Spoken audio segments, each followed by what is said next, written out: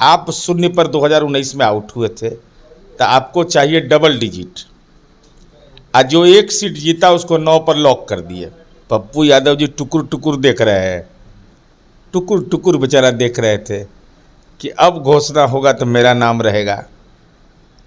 न खाता न बही, सीटें साफ कर दिया। हम अनुरोध पप्पू यादव जी से करेंगे कि मर्द वही होता है जो वचन पर कायम रहता है। आपने कहा है कि मर जाएंगे मिट जाएंगे लेकिन पूर्णिया से ही लड़ेंगे, नंबर 1।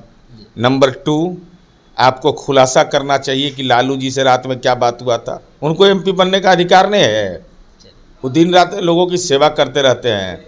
हमारे राजनीतिक विरोधी है, उसके बावजूद हम कह रहे हैं। आप मानते हैं कि सेवा करते हैं? हाँ, हम यह जरूर कहते हैं कि जितना बन पड़ता है उस सेवा करते हैं, लेकिन कांग्रेस पार्टी ने सेवा का कोई इनाम नहीं दिया। अब 3 बार वहाँ के सांसद रहे हैं, बताइए इतना बड़ा अपमान। तो लालू जी क्या आश्वासन दिए थे? तो लालू जी राजनीतिक रूप से ग्रसने की तैयारी में हैं कांग्रेस को। अब कांग्रेस का जमीर नहीं है। नमस्कार, स्वागत है आपका लाइव बिहार में। मैं हूं आपके साथ संजीव सिंह। तो कल महागठबंधन में सीटों का बंटवारा हो गया और इसके बाद तेजस्वी यादव का बयान आता है कि हमने पांचों दलों के बीच जो है सीटों का बंटवारा कर दिया है और सम्मानजनक सीट सभी को हमने दिया है। और दूसरी तरफ उन्होंने एनडीए पे हमला किया है कि एनडीए में जो है और कई ऐसे घटक दल हैं जो मुँह देखते रह गए और सीट उनको नहीं मिली है। हमारे साथ बात करने के लिए जेडीयू के मुख्य प्रवक्ता नीरज कुमार जी हैं। कैसे देखते हैं तेजस्वी यादव के बयान को? कह रहे हैं कि मुंह देखते रह गए कई लोग। पप्पू यादव जी टुकुर टुकुर देख रहे हैं, टुकुर टुकुर बेचारा देख रहे थे कि अब घोषणा होगा तो मेरा नाम रहेगा। न खाता न बही, सीटें साफ कर दिया। भाई माननीय तेजस्वी यादव जी, प्रथम फेज का चुनाव कब है? कब आपने गठबंधन की घोषणा की? आपके लिए राजनीति महत्वपूर्ण नहीं है, आपके लिए पारिवारिक दायित्व महत्वपूर्ण है। स्वाभाविक है, पारिवारिक दायित्व रहना चाहिए, लेकिन आपने जो कृत्य किया, आप शून्य पर 2019 में आउट हुए थे, तो आपको चाहिए डबल डिजिट। आज जो एक सीट जीता उसको 9 पर लॉक कर दिए।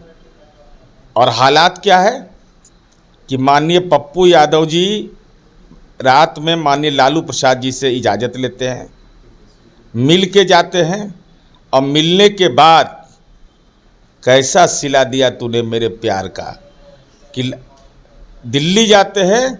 बीजेपी के राष्ट्रीय प्रवक्ता कांग्रेस के पवन खेड़ा की उपस्थिति में पिता पुत्र ज्वाइन करते हैं कांग्रेस। पूर्णिया सीट पर दावा करते हैं और पूर्णिया सीट से उनको बेदखल कर दिया जाता है। क्या पप्पू यादव के साथ धोखा हुआ? अब धोखा हुआ कि नहीं हुआ तो वही ना बोलेंगे, तब ना कह रहे हैं मर जाएंगे मिट जाएंगे, पूर्णिया नहीं छोड़ेंगे।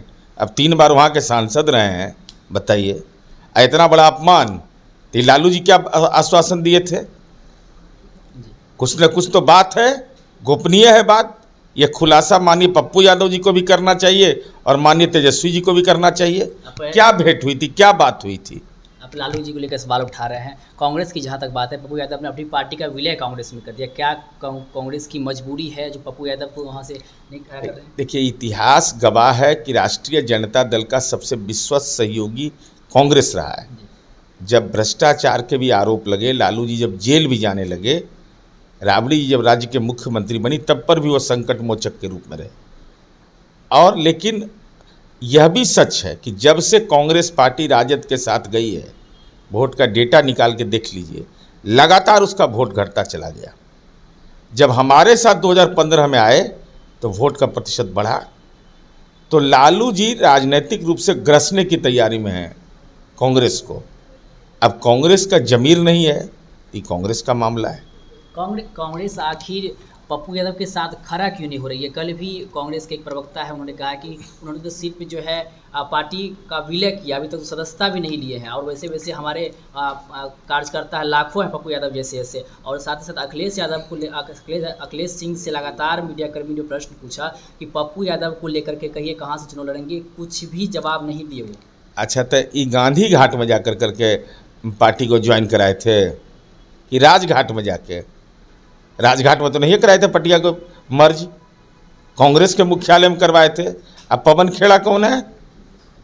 वो बीएसपी के नेता हैं, राजेश राठौर क्लियर के। नहीं, हम पूछ रहे पवन खेड़ा। ये तो पवन खेड़ा का अपमान है पवन खेड़ा अगर कांग्रेस के राष्ट्रीय प्रवक्ता हैं, उनकी उपस्थिति में पार्टी का मर्जर हुआ है, तो ये तो पवन खेड़ा का अपमान हो रहा है बिहार से।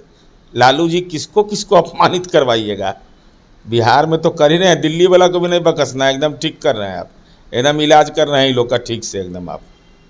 चलिए, क्या लग रहा है वहाँ से जेडीयू के संतोष कुशवाहा हैं, पप्पू यादव कह रहे हैं कि कुछ भी हो जाए हम वहाँ से चुनाव लड़ेंगे और कांग्रेस के ही जो है सिंबल पे चुनाव लड़ेंगे और झंडा गाड़ेंगे पूर्णिया में। अब वो तो उनका मामला है, वो जाने, लेकिन हम अनुरोध पप्पू यादव जी से करेंगे कि मर्द वही होता है जो वचन पर कायम रहता है। जी। आपने कहा है कि मर जाएंगे मिट जाएंगे, लेकिन पूर्णिया से ही लड़ेंगे, नंबर 1। नंबर 2, आपको खुलासा करना चाहिए कि लालू जी से रात में क्या बात हुआ था। लालू जी से आशीर्वाद लेकर करके आप गए थे दिल्ली, पिता पुत्र दोनों की उपस्थिति में हुआ था, तो क्या बात हुई थी लालू जी से, क्या बात हुई थी पवन खेड़ा से। लालू जी को लेकर उन्होंने बोला कि लालू जी से हमने कहा था कि हम पूर्णिया से ही चुनाव लड़ेंगे, दूसरे जगह नहीं जाएंगे, और उसके बाद हमने विलय किया था। तो भाई लालू जी ने क्या जवाब दिया था, यह तो बताइए। लालू जी ने क्या जवाब दिया था यह बताइए।